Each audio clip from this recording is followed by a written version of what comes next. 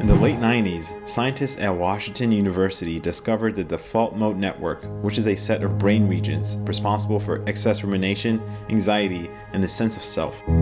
If you're like me and you find yourself constantly lost in thought, there's a good chance you have an overactive default mode network. But there are documented strategies to overcoming this, which this video gets into. But what's even more interesting is that the early Buddhists over 2,600 years ago precisely diagnosed this recently discovered condition and offered effective solutions that have withstood the test of time and scientific scrutiny. In this video, we explore 4 critical Buddhist principles that, when understood and applied, can reduce suffering in our lives.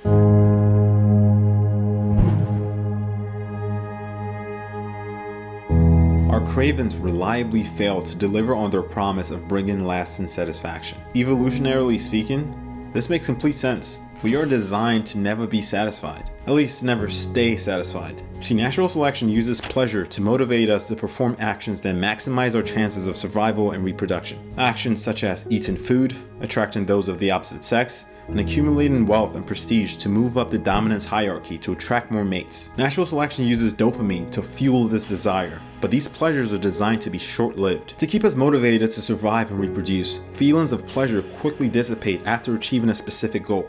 The Buddhists call this continuous craving Tanha, and the suffering that it causes, Dukkha. And they were spot on in their claim that Tanha is the cause of Dukkha, because much of our suffering arises from our desires and our cravings, which will never be fully satisfied. The Buddhists propose what I think is the most effective solution to this conundrum, and that is to transcend desire itself towards mental liberation, to not play the game in the first place. And we can do this by closely observing the nature of impermanence. Observing impermanence may be the single most important axiom in the Buddhist doctrine.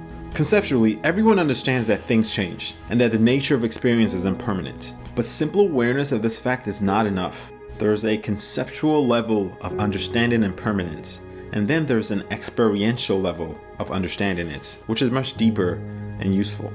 Mindfulness and meditation allow us to experientially grasp the nature of impermanence. When we observe impermanence, we become less attached, and the power of thoughts and emotions over us are lessened, especially those negative in nature. The significance of this cannot be overstated. Mindfulness and the close observation of our experiences deconditions our deeply ingrained habit of clinging. It allows our hearts and our minds to let go of suffering and relax. As the Buddha says, in seeing impermanence, the mind doesn't cling. And when it doesn't cling, it is not agitated. When it's not agitated, it personally attains nirvana. One of the most non-intuitive claims of Buddhism is that the concept of the self is an illusion, and escaping this illusion can bring happiness and liberation. As out there as this may sound, findings from neuroscience support these claims. Scientists have discovered that the default mode network, a bundle of neurons located around the medial prefrontal cortex and other brain regions, is likely responsible for the sense of self. And overactivity of this default mode network has been found to be correlated with depression, anxiety, and constant rumination. But get this, the use of psychedelic drugs and entering deep states of meditation can lead to the loss of the sense of self by attenuating the effects of the default mode network. But entering a state of flow also seems to have this effect.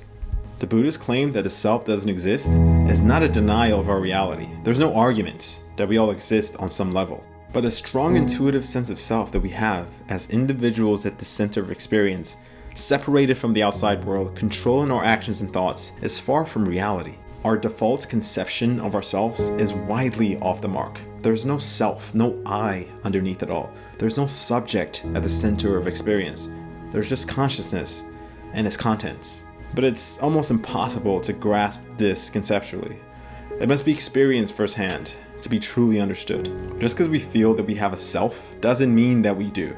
And learning to occasionally see past the self can reduce suffering and help us treat others with greater kindness. As humans, we are conditioned for dissatisfaction. The Buddhists refer to this as Dukkha. From an evolutionary biology perspective, this actually makes complete sense. Imagine 2 early human hunter-gatherers. Let's call them Forager 1 and Forager 2. Forager 1 is generally unsatisfied and is always scanning the environments to look for food, sexual partners, prestige, and peers to dominate. Forager 2 is the opposite, unbothered by what he lacks, and with little desire to meet peers and potential partners. Our ancestors who will fall into the camp of Forager 1 were much more likely to survive and pass down their genes of dissatisfaction onto you and I. In other words, we are hardwired to be continuously dissatisfied. We are hardwired for suffering. Since my early 20s, I've been fascinated by Buddhism, but as someone who grew up as a Muslim and immigrated to a Christian nation where I've lived for the better part of my life, I've had very little exposure to the philosophy. But about 3 years ago, I fell into a Buddhist rabbit hole when I read a book called Waking Up by Sam Harris. Since then, I've delved much deeper into Buddhism and I've spent a few hundred hours in meditation. And here are some key takeaways. Firstly, craving is the root of suffering, and observing impermanence may be the best way to weaken the power of craving and thus eliminate suffering. Secondly, the default mode network within the brain appears to be responsible for creating an illusionary sense of self, which is also associated with much of our anxiety and depression. Calming the default mode network is not easy and it takes time, but meditation, entering a state of flow, and aerobic exercise have been scientifically shown to be effective methods to do so. Lastly, we are all conditioned for dissatisfaction. It's ingrained in us through natural selection, so remember that most people are dealing with a form of misery. You're not alone in this struggle. I hope you found this helpful. Thanks for watching.